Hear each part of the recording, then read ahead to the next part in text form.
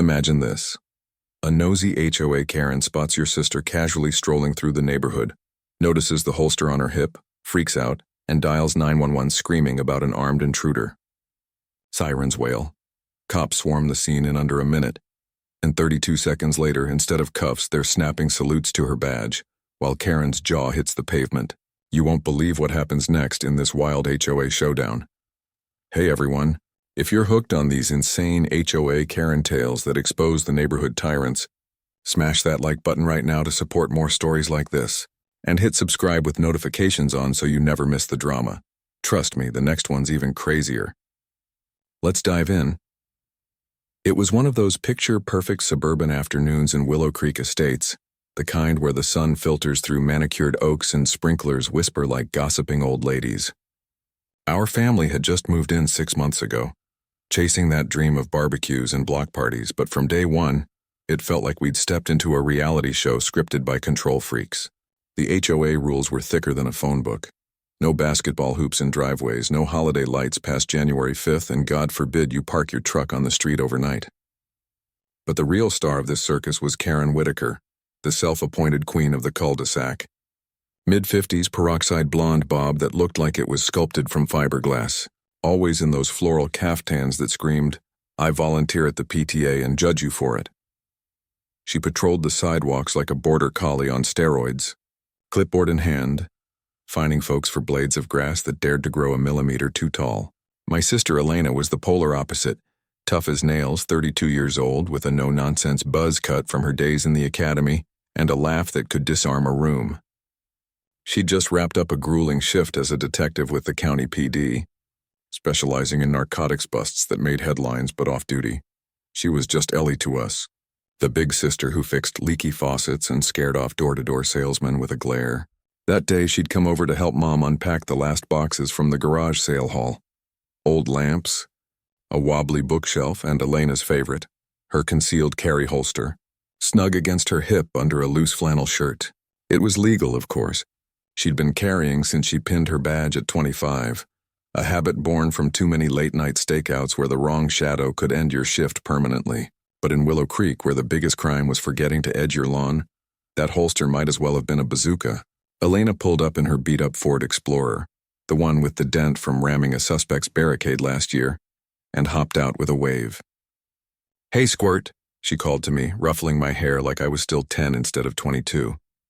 I was lounging on the porch, scrolling TikTok, half watching Mom fuss over the new throw pillows inside.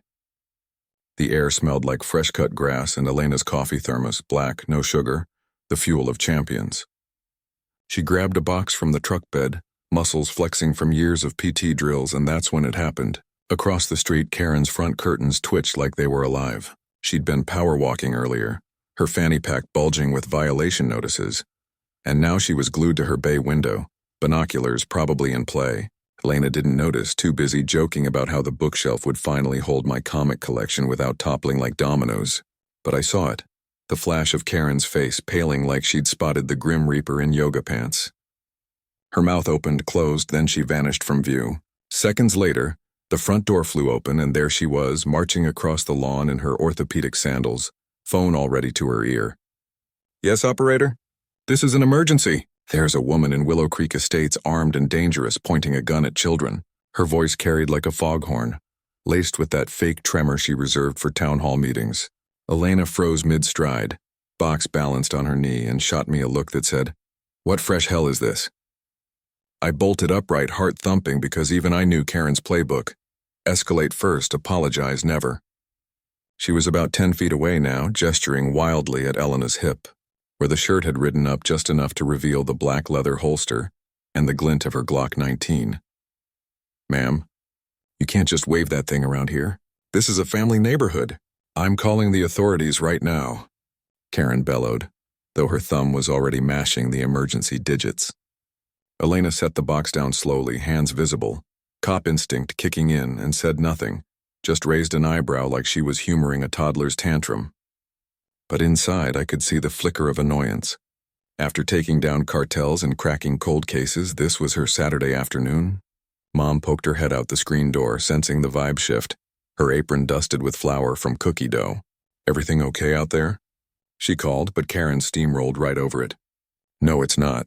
This intruder is threatening us with a firearm. Stay inside, Evelyn. Lock the doors. Intruder? That was Rich. Elena had grown up in this family, babysat me through chickenpox outbreaks, and once pulled Mom from a wrecked car after a deer collision. But to Karen, she was just that rough-looking woman who dared to exist without HOA approval.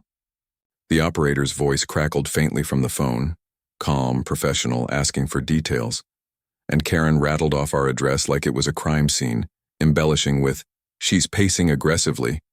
Possible gang affiliation? Look at that tattoo on her arm." Elena did have ink, a subtle badge number scripted in elegant cursive on her forearm, a tribute to her first bust. But gang, that was a stretch even for Karen's imagination. Sirens pierced the air before the call even ended, distant at first, then closing fast like a storm front.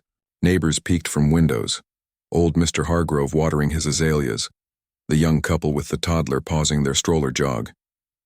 Willow Creek was waking up to the show.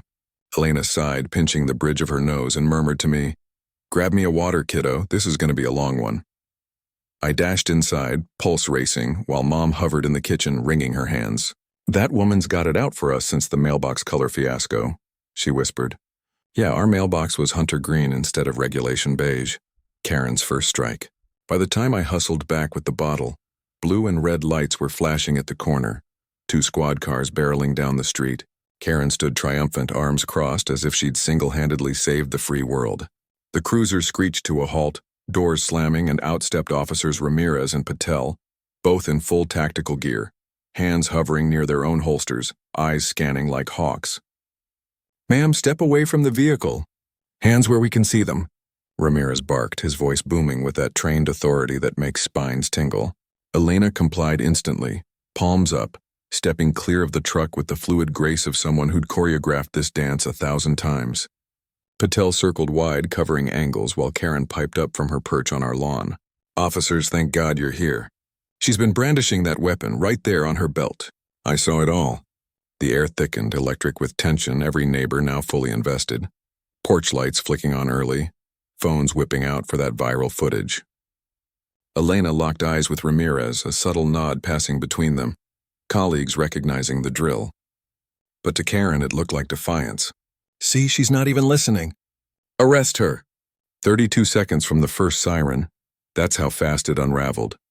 Ramirez's gaze dropped to Elena's hip, then up to her face, and something clicked. "Detective Reyes?" he said, voice shifting from command to camaraderie. Elena's lips quirked. "Ramirez, fancy seeing you on my day off." The transformation was instant. Shoulders relaxed, hands off weapons, and Patel actually chuckled, holstering his gear. "Elena? No way. Karen here said armed intruder." Karen's face drained of color, her clipboard slipping from numb fingers. "Detective, what?" I mean, she didn't say, but the salutes came anyway, crisp and respectful. Ramirez and Patel rendering honors to their off-duty sister in blue. The neighborhood gasped collectively, whispers rippling like wind through leaves, and just as the dust seemed to settle, Karen's husband poked his head out, oblivious, yelling about dinner being ready, unaware that his wife's empire of busybody terror was crumbling faster than her perfectly coiffed resolve. But oh, reader, that was just the appetizer. The real feast of fallout was about to begin, with fines flying and alliances shattering in ways no one saw coming. The salutes hung in the air like a mic drop, Ramirez and Patel standing at attention for a beat longer than protocol demanded, their respect for Elena as palpable as the cooling evening breeze.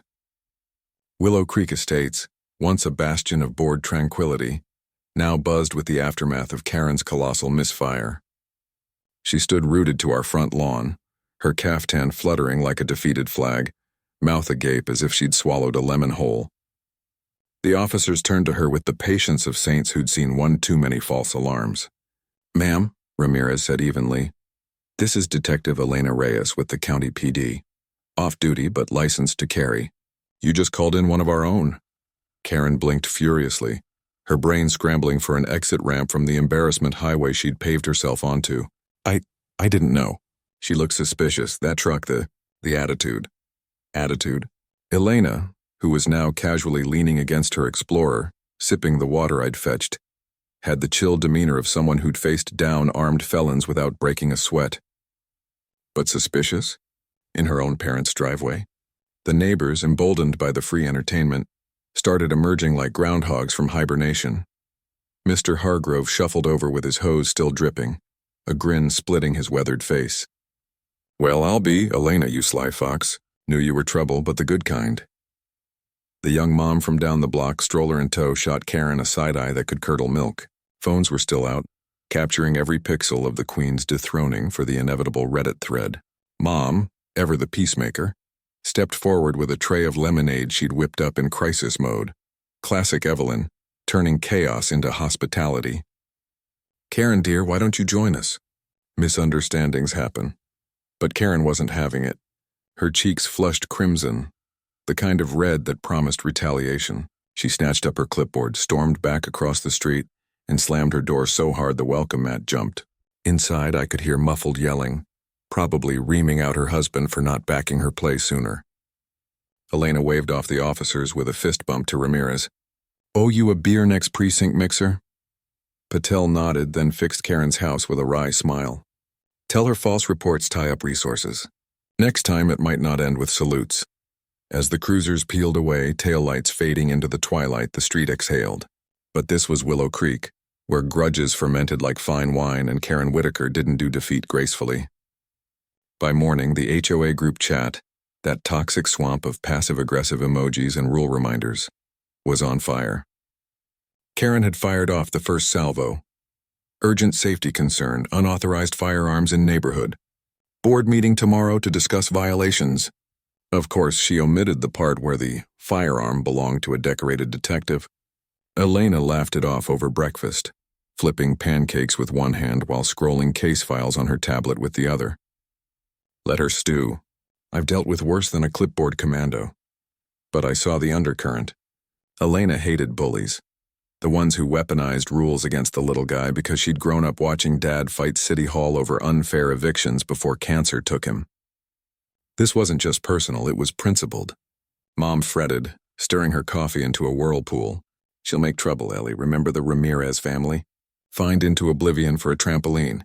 Yeah, the Ramirez, no relation to the officer, had packed up last month after Karen deemed their backyard bounce house a nuisance hazard. Elena set her fork down, eyes steeling. "Then we fight smart. Document everything, rally the troops." And so we did. I spent the day knocking on doors, armed with Elena's business card and a printed copy of her concealed carry permit. State law, crystal clear. Mr. Hargrove was in, grumbling about Karen's lawn Gestapo tactics.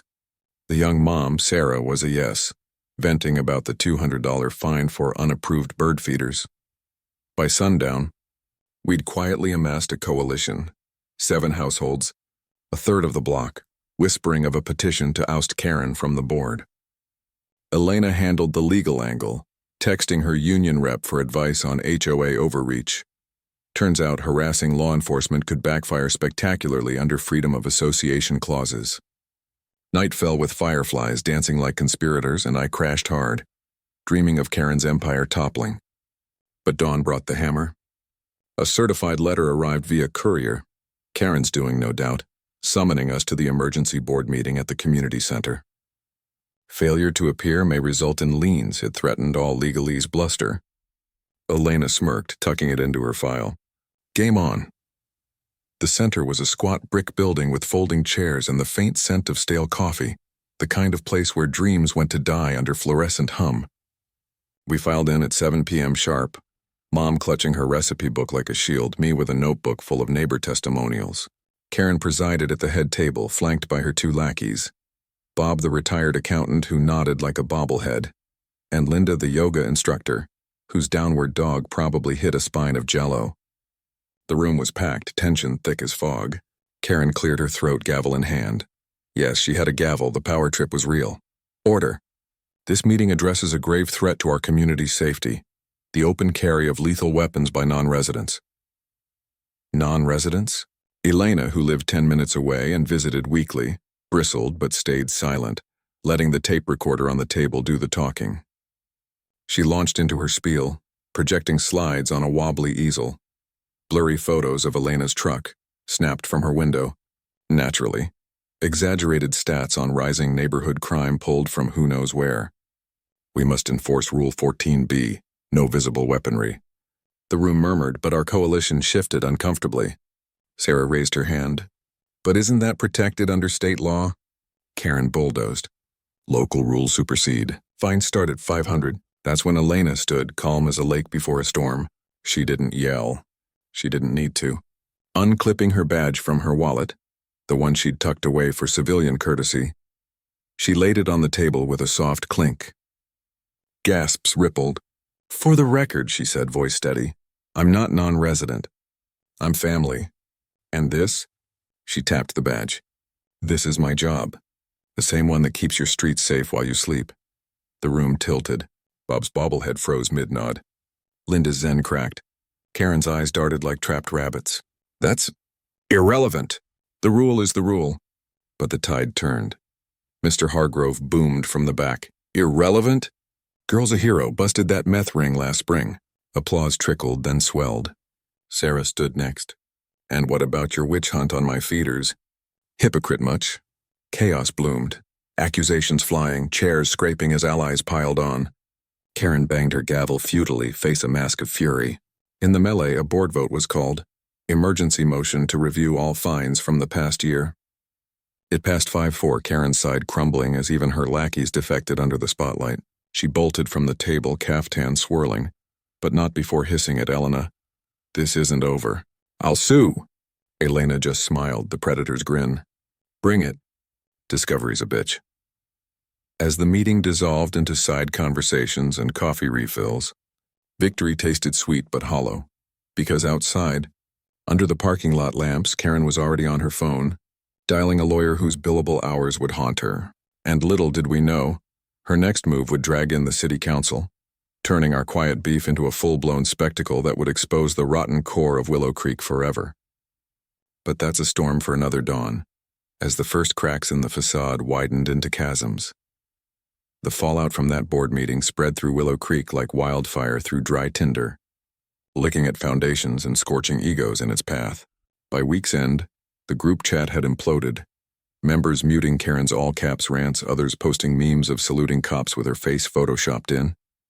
Petitions circulated like contraband, signatures mounting for a full HOA audit, the kind that unearths every shady fine and backroom deal.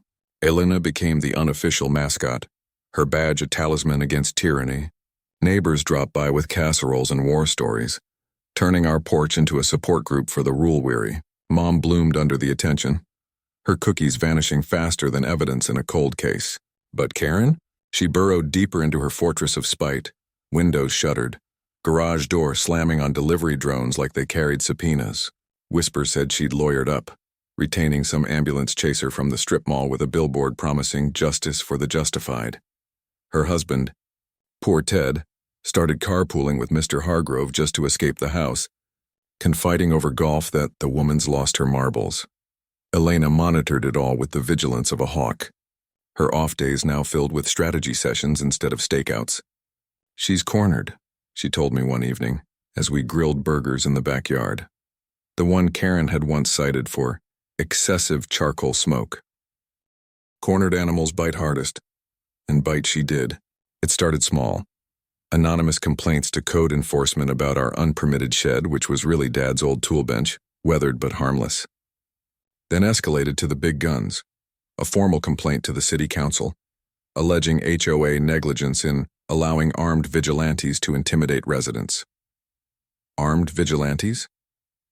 That was us, the family who'd hosted the block's 4th of July potluck.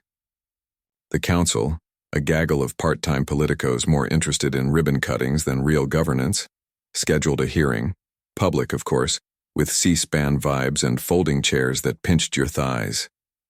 Elena prepped like it was trial testimony. Timelines pinned to the fridge, witness lists alphabetized, even a PowerPoint with bullet points on Second Amendment basics. I tagged along as moral support, nerves jangling like loose change, while Mom baked good luck brownies that could bribe a jury. The hearing room in City Hall smelled of polished oak and desperation, fluorescent lights buzzing over a sea of bored reporters and busybody spectators.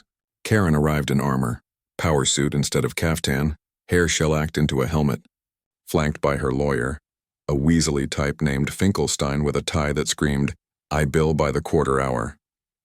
She took the podium first, voice quivering with rehearsed outrage. "Council members, Willow Creek is under siege. This so-called detective parades weaponry, terrorizing families. I feared for my life." Finkelstein nodded sagely, flashing exhibits, printed emails from the group chat, a shaky video of the salute incident zoomed in on Elena's holster. The council leaned in, eyebrows furrowed as if this were Watergate instead of a suburb spat. Then it was our turn. Elena strode up, exuding that quiet command that made rookies straighten their ties. No notes, no fidgeting, just facts delivered like closing arguments. "Council, I'm sworn to protect this community, same as you. My carry is lawful, my visits familial.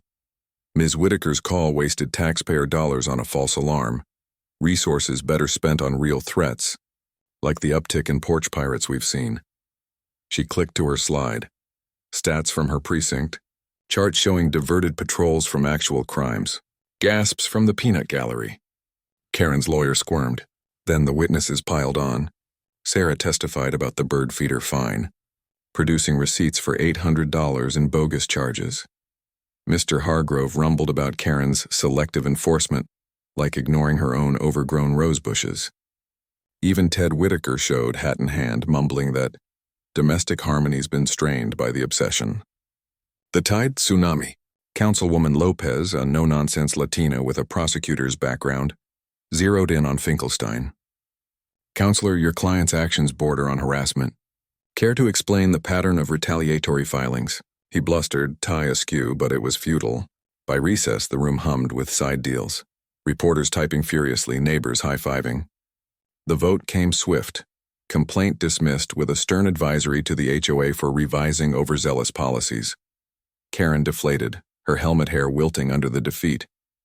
As we filed out into the drizzly dusk, Finkelstein cornered Elena in the lobby, card extended like a white flag. "Off the record, Detective, impressive. Perhaps we could discuss mediation." She pocketed it with a nod. "Tell your client, drop the grudge or I drop the niceties." Victory laps followed. A block party that stretched till midnight, fireworks popping like punctuation to our saga. Karen sold her house 3 weeks later, sign going up overnight. Whispers of a move to a gated condo where she could rule without resistance. Willow Creek exhaled, rules loosening like a corset after a feast. Trampolines reappeared, trucks parked freely, and Elena's visits became legend, her holster a badge of liberation. But as the embers cooled, I caught Elena staring at the stars one night, thoughtful. "Power like hers? It's everywhere, kid. Just gotta shine light on it."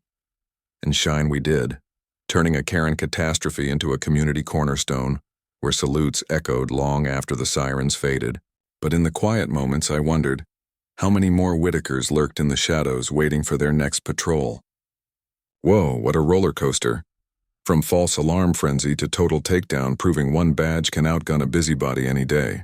If this HOA epic had you yelling, "Get her!" Drop a like to fuel more wild tales. Subscribe for the next drop on neighborhood nightmares and comment below. Ever dealt with a Karen? Your stories keep the channel lit. See you in the next one.